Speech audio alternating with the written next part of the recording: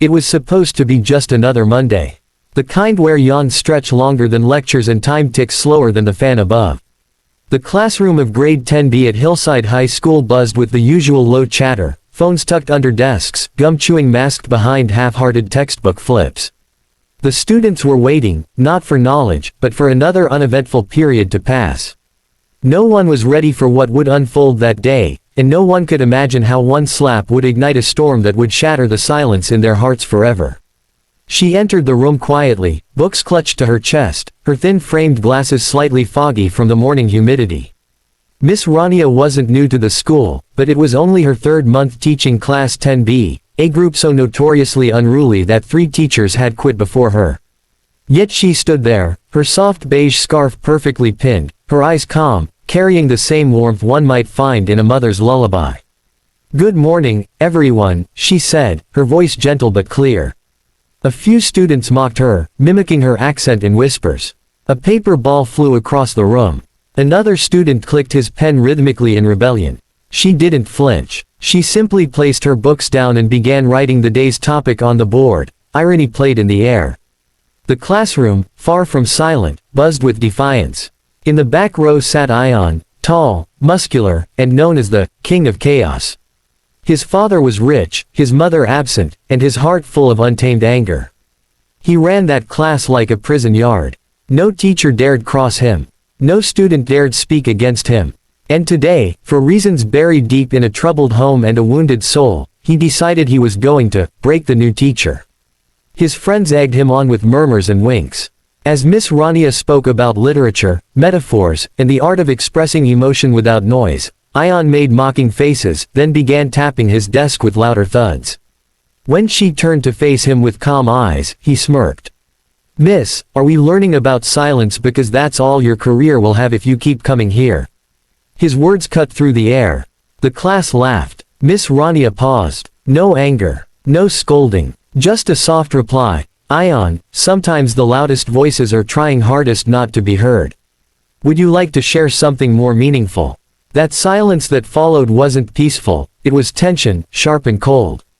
And then, without warning, without thought, without any sense of what this action could mean for the rest of his life, Aanya stood up, walked to the front, and before anyone could move the sound cracked like lightning. Gasps echoed. A pen dropped. A girl screamed. And Miss Aanya stood still. Her cheek turned a shade of crimson, her glasses tilted on her nose. But her posture didn't break. Her eyes didn't water. She looked into his, deeply, gently, silently, and said nothing. That silence, that unbearable silence, louder than 1,000 screams.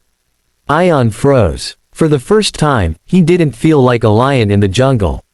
He felt like a child standing before a mirror that reflected not his strength, but his brokenness. The class expected chaos. A slap back. A screaming match. Expulsion threats. But all Miss Aanya did was straighten her glasses, walk to her desk, and sit down. "Please open your books," she said. "We'll begin now." No one moved. Not even Aanya. The principal, alerted by the scream, burst in moments later, saw her face, and demanded answers. But Miss Aanya stood and said softly, "We were just about to begin the lesson." The principal was stunned. "But your face, did someone?" She nodded once. "Yes. But sometimes, sir, when someone hits you, it says more about their pain than your weakness." She refused to file a complaint. She refused to yell. She only requested one thing, to speak to Aanya in private.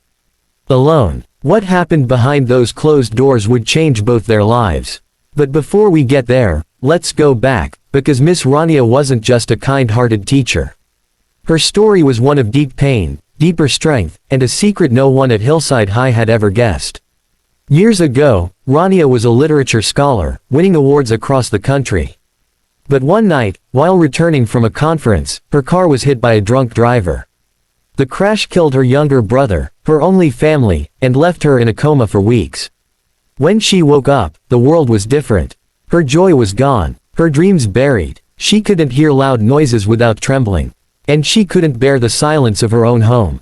So she chose to return to where life begins again, a classroom. In every student, she searched for a flicker of the boy she lost. In every story, she searched for healing. And that's why, when Ayan's hand struck her, she didn't see a bully, she saw a child in pain. She saw someone who, like her, was drowning in silence. Inside the closed room, she sat down across from Ayan, who now avoided eye contact. His fists were clenched. He expected her to yell, maybe cry. Instead, she poured him tea. "Do you want to tell me why you're so angry?" she asked. He didn't answer. She waited. Minutes passed. Then he broke. His voice cracked. "My father, he hits me. When he's drunk. When I talk. When I don't talk." The words spilled out like poison escaping a bottle. "I hate him. I hate me. I hate everyone who tries to help me." Rania nodded slowly. "And you thought if you hurt someone first, maybe no one could hurt you anymore." His eyes welled. "Why aren't you angry at me?" She placed her hand on her cheek where he had hit her. "Because I've felt pain too. And I know it doesn't go away by passing it on. It only grows. But healing, that begins with someone refusing to return the slap." Ayan cried. For the first time in years. And in that tiny room, amidst quiet tears and trembling breaths, a strange transformation began. She didn't forgive him because he deserved it, she forgave him because he needed it. The next day, Miss Rania returned to class with the same soft grace. But something had changed. The students, once wild and disrespectful, sat straighter. Ayan came in late, not to cause trouble, but to apologize in front of everyone. "What I did was unforgivable. But Miss Rania forgave me. I don't deserve it, but I'm going to earn it." The class clapped. Not mockingly, but with genuine awe. From that day on, he began to change. He stayed after class to help her carry books. He started reading the novels she recommended. He even began writing poetry, raw, honest, beautiful. Miss Rania printed his first poem and placed it on the board with the title, "The Loudest Cry is Often Silent." But just as things began to heal, a storm was coming. Someone recorded the slap. The video was leaked. It went viral. The school board got involved. Parents demanded her resignation, not because of the slap, but because she allowed it, without punishment. The media twisted the story. Some called her a saint. Others called her weak. But before the board could make their final decision, something unexpected happened. Ayan's father, the very man who had made his son a vessel of violence, came to the school. His face pale, his voice shaking, and in front of the entire staff, he said, "I saw the video. I saw what my son did. And I saw what this woman did in return. And I realized, if anyone deserves to teach my son how to be a man, it's her. Not me." He broke down, apologized to her, hugged his son, for the first time, ever. And Miss Rania, she stayed silent. Her tears did the talking. By the end of the week, the board not only allowed her to stay, they gave her an award for transformational teaching. Ayan, once the king of chaos, became the quiet leader. And Miss Rania, she became a legend. But more than that, she became a mirror in which every broken soul saw a chance to heal. Because sometimes, the strongest thing you can do, is choose not to fight back. To break the cycle, to forgive, to love, even when it hurts. The whispers never really stopped. Even after the slap video faded from trending topics, even after Ayan transformed from a tempest to a torchbearer, even after Miss Rania became a symbol of strength across Hillside High, something always lingered in the air. Curiosity, wonder, mystery. Who was this woman who could forgive the unforgivable? Why did she never raise her voice? What pain had molded her into someone so composed it frightened even the wildest spirits into stillness? Only a few knew parts of the truth. A handful of teachers had heard rumors about the accident that changed her life. A few glimpsed the sadness behind her smile. But no one, not even Ayan, knew the whole story. That is, until one rainy Thursday morning, when the past, dressed in a charcoal suit and regret, walked through the school gates and knocked on her classroom door. The class was in the middle of a debate on empathy in literature. Ayan, now a sharp thinker and thoughtful speaker, was standing before the board, arguing how even villains in stories are often victims in disguise. Miss Rania watched him with quiet pride. Her heart still carried bruises, but moments like these stitched them with golden thread. And then, the knock. 3 gentle taps, but something in them made her freeze. She turned toward the door, her expression unreadable. When she opened it, the hallway light silhouetted a tall man in his late 30s, with graying temples, rain-speckled shoes, and eyes that carried years of sorrow. The moment their gazes met, time twisted.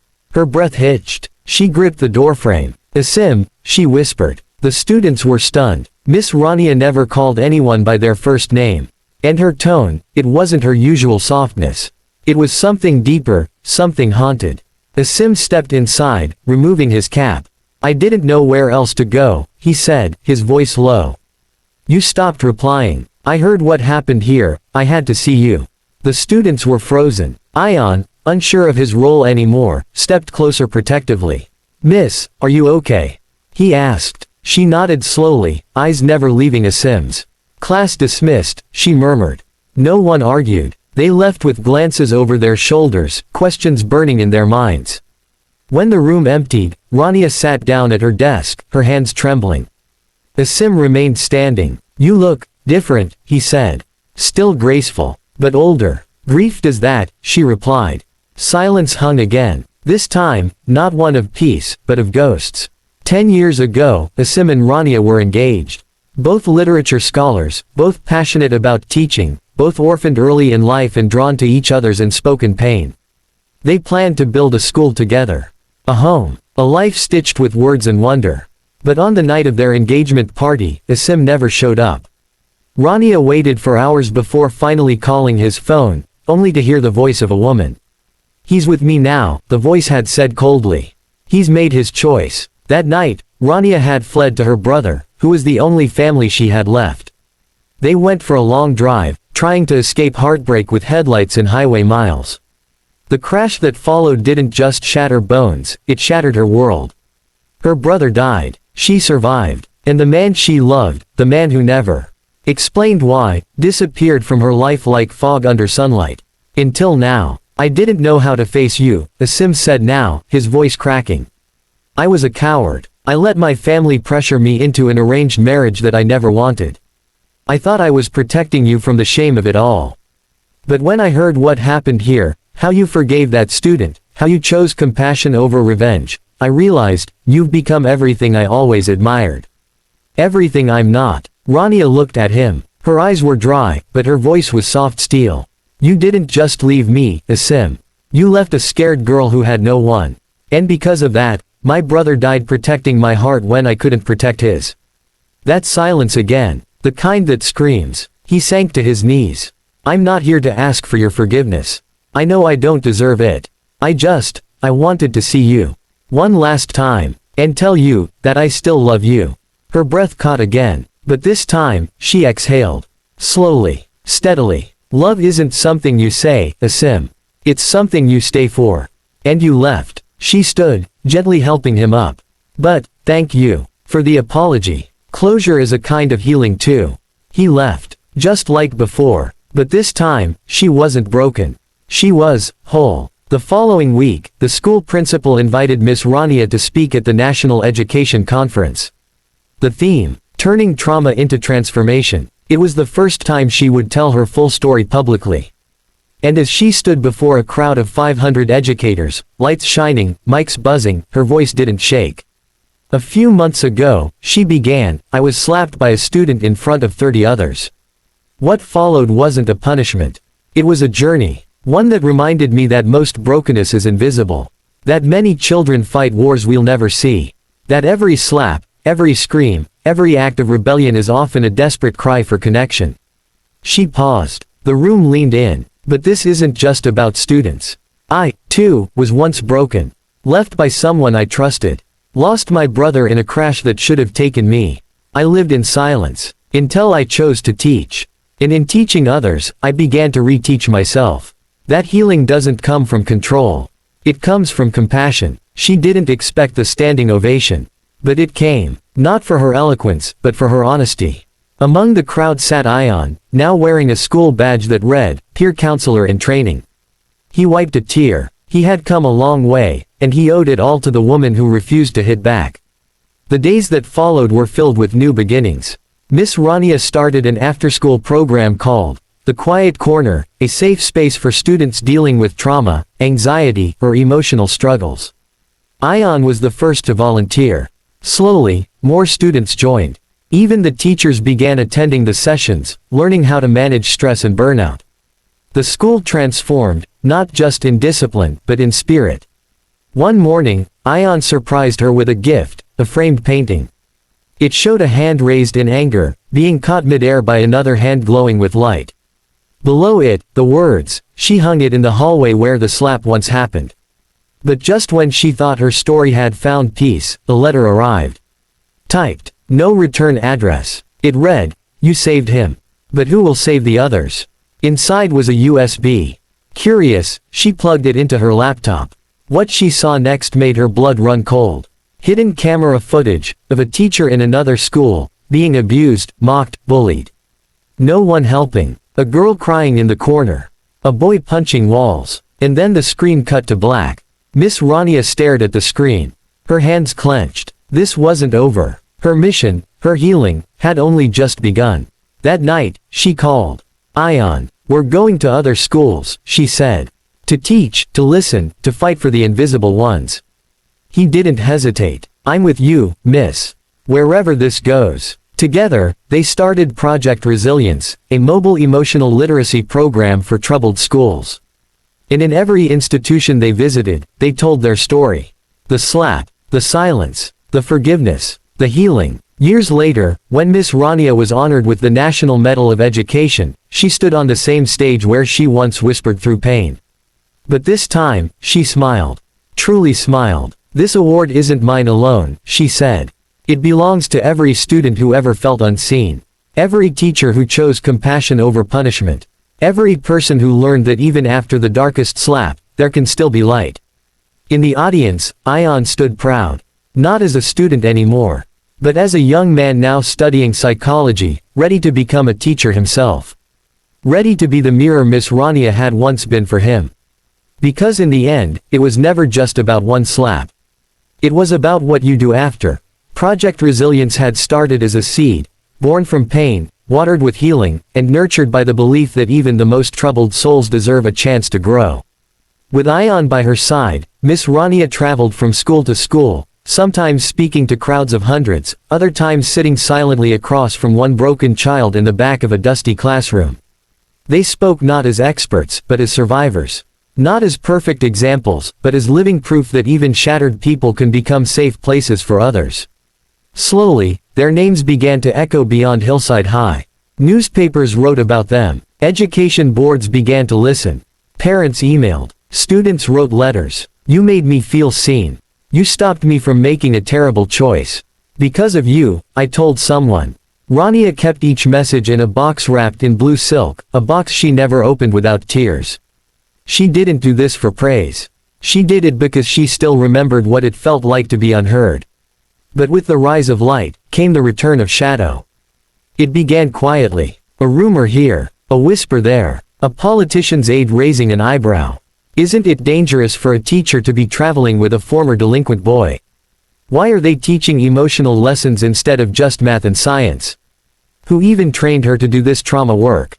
The media, once her ally, began shifting tones.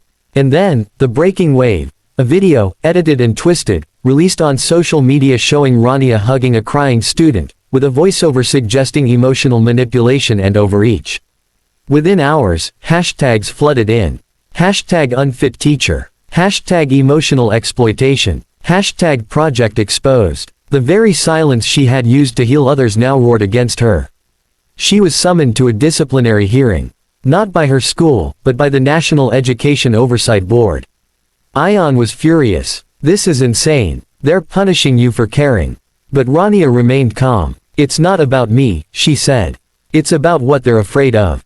Vulnerability scares people who build power on fear." Still, her hands trembled as she entered the massive marble building for her hearing. Inside were faces, mostly stern, mostly male, mostly old. She stood.